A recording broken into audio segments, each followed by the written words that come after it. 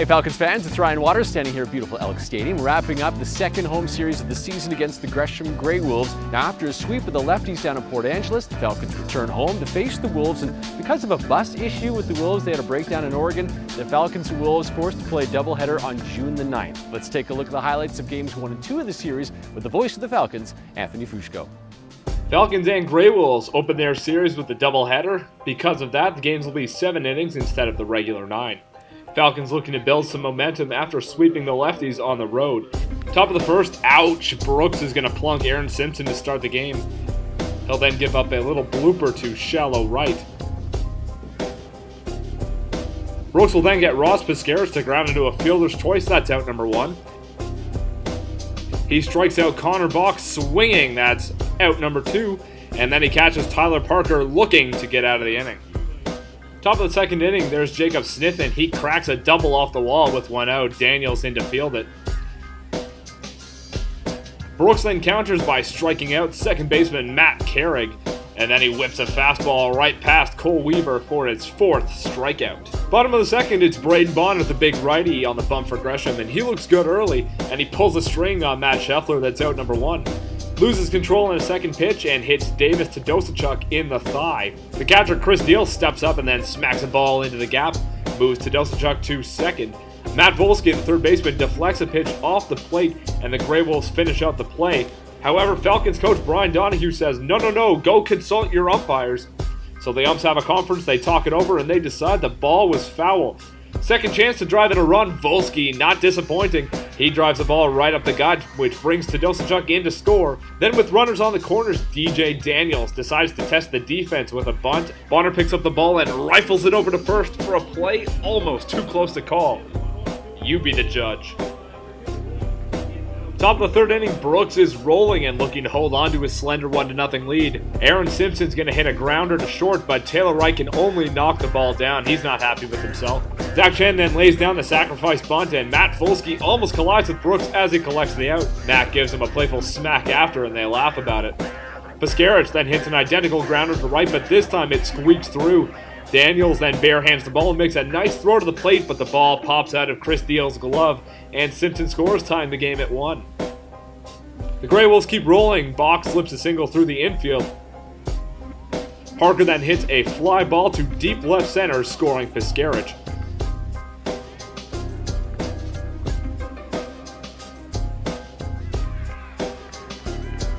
Bottom of the third inning, Jake Malone walks to start the third, and the Falcons then execute a hit and run with Taylor Wright. Falcons not getting any bounces their way to start the series.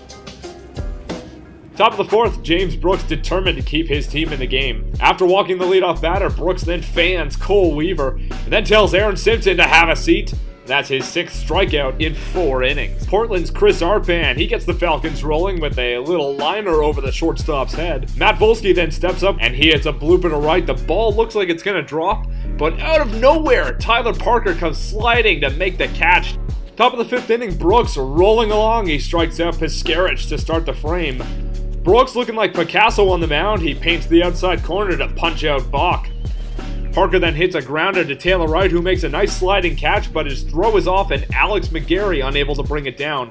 That advances the runner to second. Drew Curtis then hits another ground ball off the heel of Wright's glove.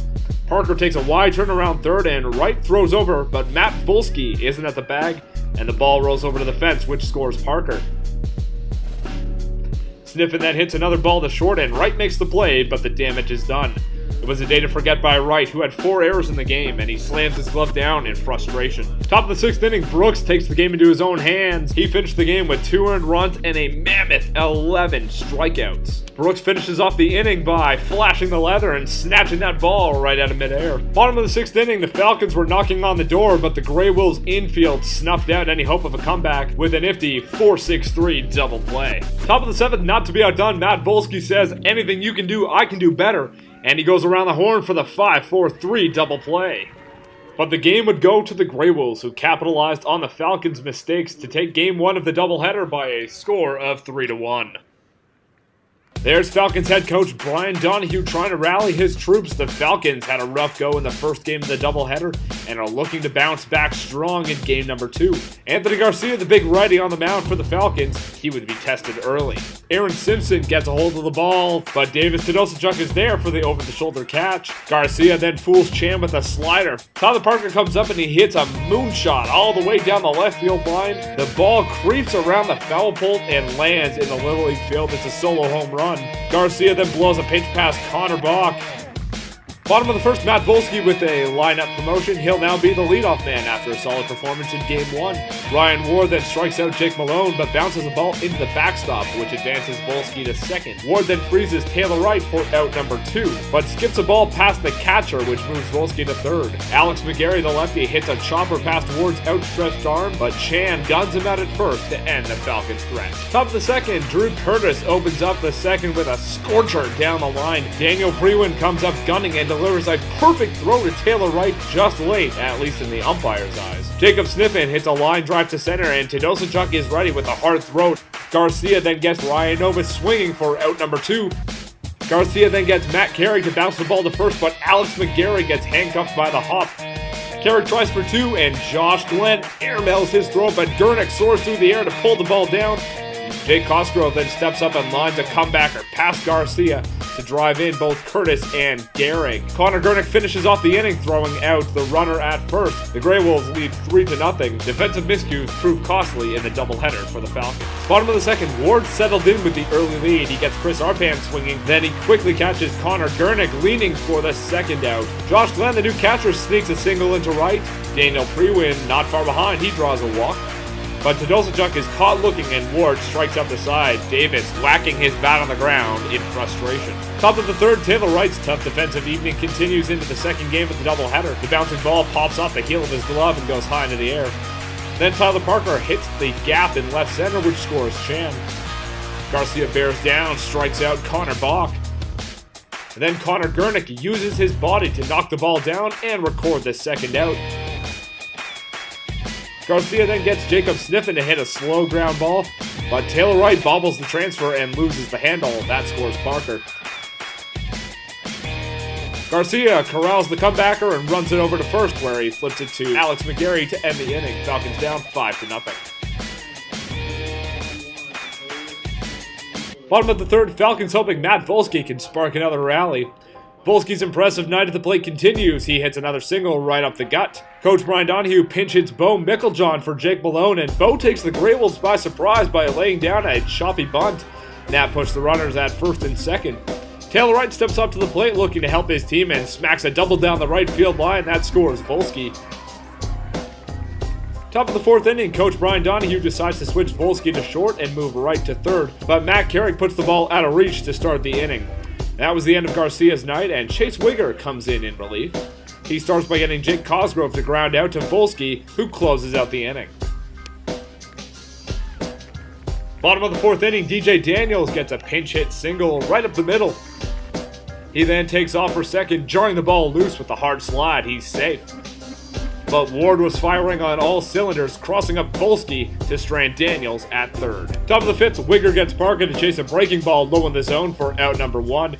Drew Curtis grounds the ball to third with a couple outs, but Wright can't make the catch and the runners advance. It was a tough night for Wright, who had 7 errors during the doubleheader. Wigger then gives up a double to Jacob Sniffen, and then Curtis comes around to score on a wild pitch. Wigger then would hit Novus, and his night was done.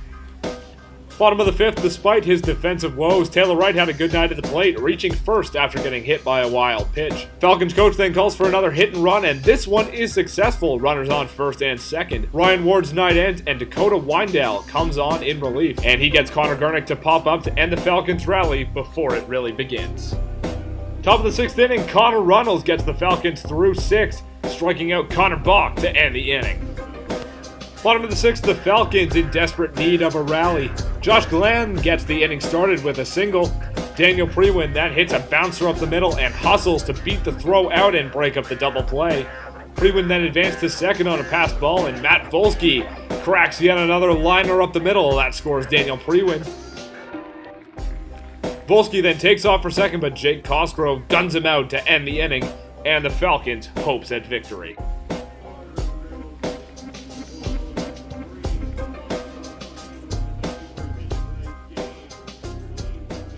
Doubleheader, a day to forget for the Falcons. Defensive miscues and quiet bats really forcing manager Brian Donahue to shake up the lineup for game number 3. Thomas Lampkin and Logan Steinberg coming into Kelowna making their debuts in the West Coast League, and Taylor Wright being forced to the DH to keep his hot bat in the lineup.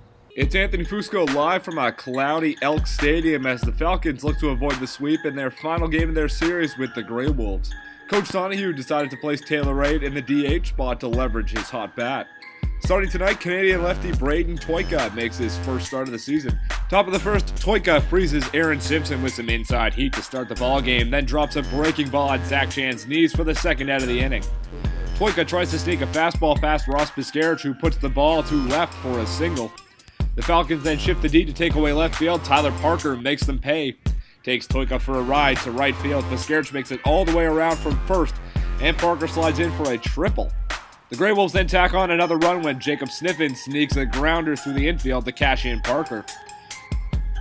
Toika can't catch a break when the short hop handcuffs Matt Volsky, and that puts runners on first and second. His luck finally shifts when Matt Carrick breaks his bat and is put out by Jake Malone. Bottom of the first inning, Greywolf starter Jared Billig started off the game hot.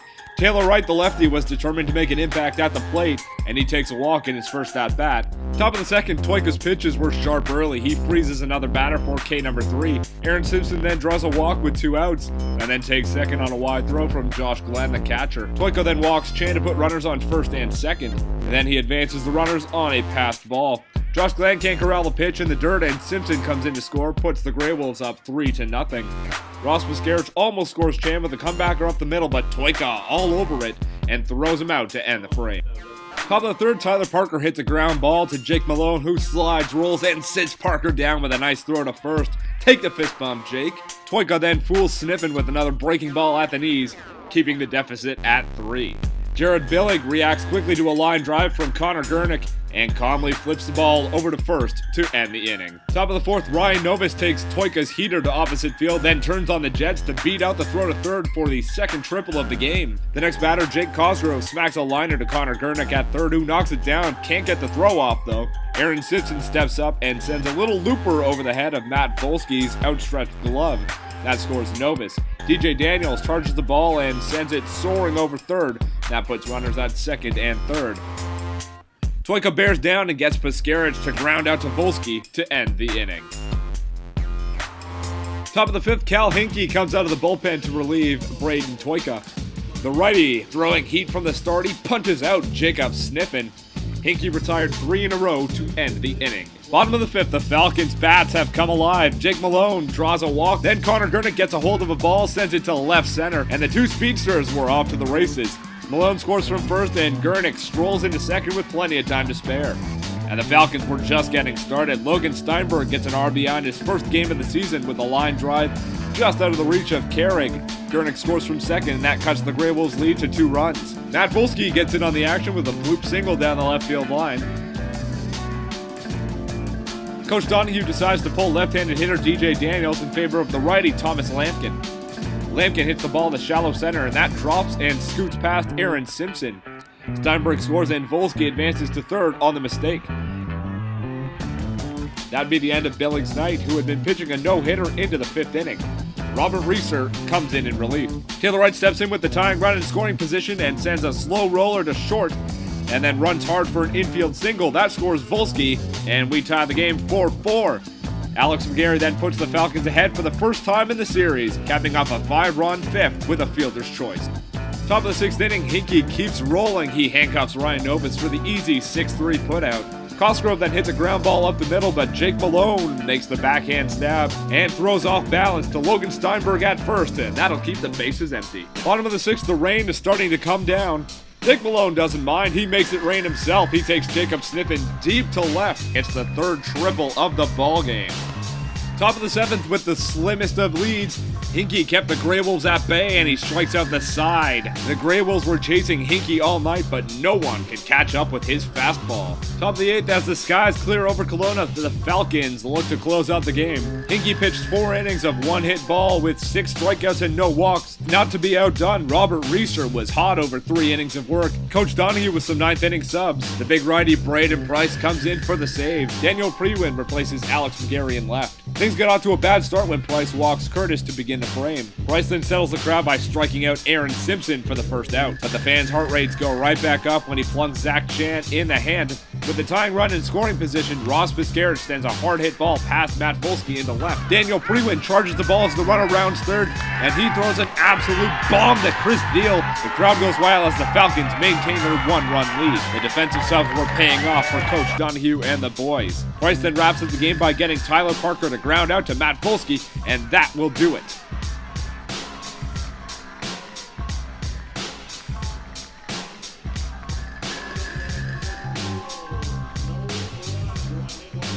Though the Falcons lost the series, their Game 3 victory put them in first place in the North Division. Now, the season's still very young. The Falcons looking to get out of the gate a little faster to give them a better shot to win some more games this season.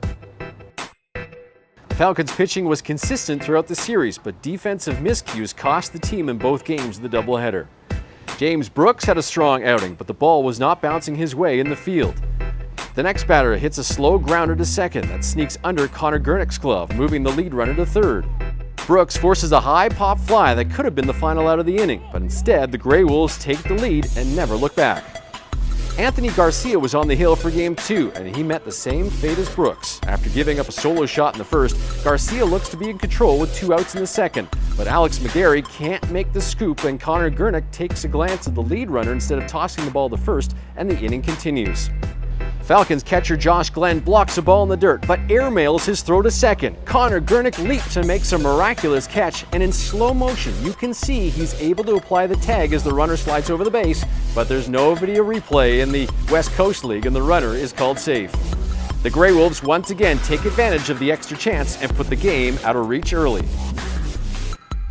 It was a particularly tough series for shortstop Taylor Wright. Just a freshman, his confidence a little bit shaken, but at the plate he remained hot and remained in the lineup.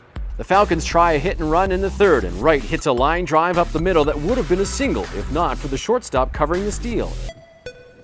In the fifth, Wright makes a nice diving stab and spins to make the throw, but the ball drifts wide and Alex McCary can't pull it down, advancing the runner to second. The next batter hits a bouncer to Wright, who botches the backhand, and instead of cutting his losses, Wright tries to pick off the runner at third and puts the ball out of Matt Volsky's reach. Wright was visibly frustrated after Game 1 of the doubleheader and had a hard time settling down for Game 2. With the Greywolves already up 4 in the third, Wright is unable to make a routine play to end the inning, and the Greywolves go up 5. With his frustration bordering on despair, Wright's competitive instincts take over at the plate, and he drives in the Falcons' only run of the game with a double down the right field line. In Game 3, Coach Donahue decided to give Wright a break from the field, placing him in the DH spot. Wright drew a walk in his first at-bat and was left stranded. He came up again in the fifth with a chance to tie the game and delivered an infield single to keep the Falcons' fifth inning alive. Taylor Wright, he's a competitor and he strives for perfection, but error is, of course, a part of the game. He has to shake those off to keep focused on the next play. The fans at Elks Stadium are always focused on the next play, and during the inning breaks, there are plenty of on-field activities to focus on as well.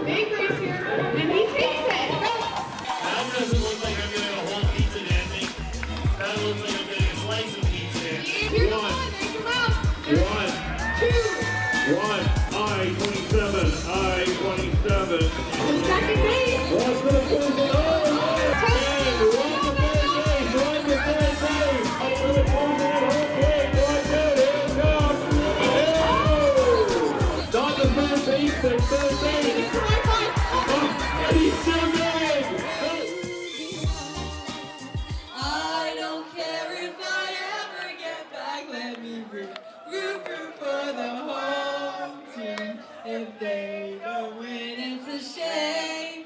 For it's 1, 2, 3 strikes, you're out in the old ball game. Good job, you guys. A Falcon on the rise is right-handed fireballer Cal Hankey. He came in a relief appearance in Game 3, earned the victory, and earned himself a spot in the starting rotation. Hankey came in to relieve Braden Toyka in the 5th inning and struck out 2 with high fastballs on the inside corner. Hankey has been clocked at over 90 miles an hour this season, and Greywolves batters could not catch up to him. After the Falcons' offense took the lead, Hankey struck out the side in the 7th, nailing 3 batters with high heat. Hankey strolled through the 8th inning and handed the lead over to closer Braden Price with a total of 6 strikeouts in 4 innings pitched. A pitcher's main objective is to throw strikes, but can pitchers throw too many strikes? The Greywolves hitters were able to collect some important hits on balls left out over the plate in games 2 and 3, getting pitchers into trouble. Braden Toika made his first start of the season in Game 3 and got off to a quick start, striking out the first 2 batters in quick succession. But he attacks the next batter early and gives up a single to left with a pitch over the plate.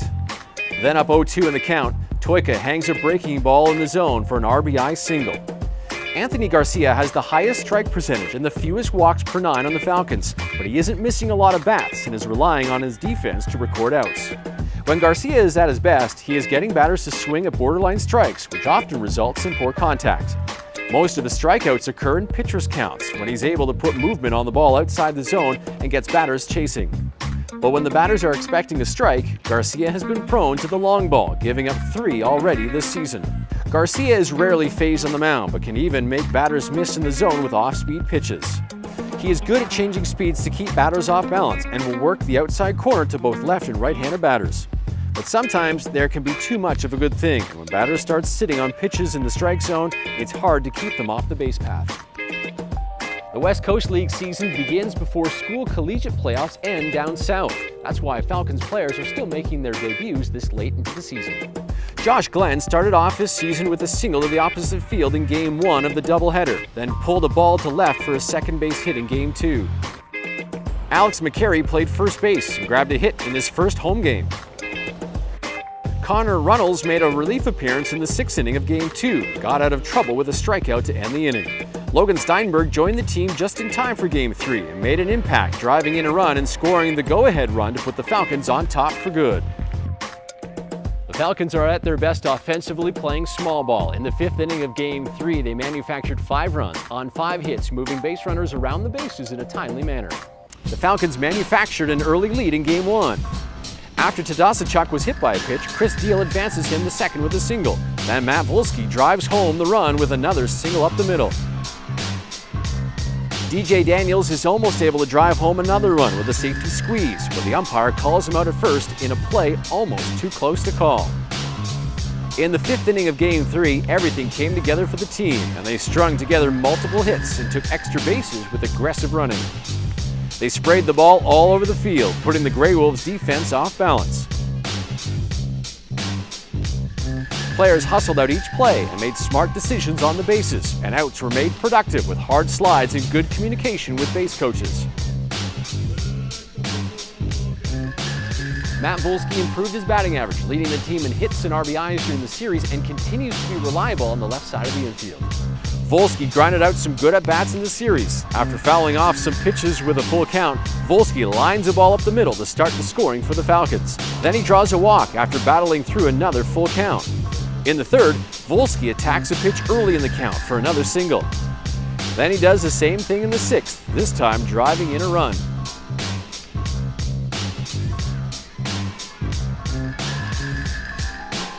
Volsky contributed to the big 5th inning in Game 3, advancing the lead runner with a bloop single and later scoring a run.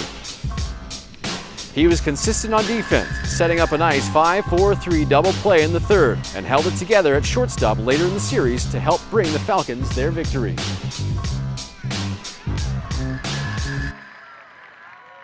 The top performer of the series was righty James Brooks. He pitched a gem in Game 1 in a losing effort, leads the Falcons starting rotation in ERA, leads the league in strikeouts, further proving that wins and losses, that column, may be irrelevant when it comes to judging a pitcher's top talent. Brooks was painting the inside edge of the plate in the 1st inning, fanning one and fooling another. In the 2nd inning, Brooks brought out the hook, then a laser to fan 2 more.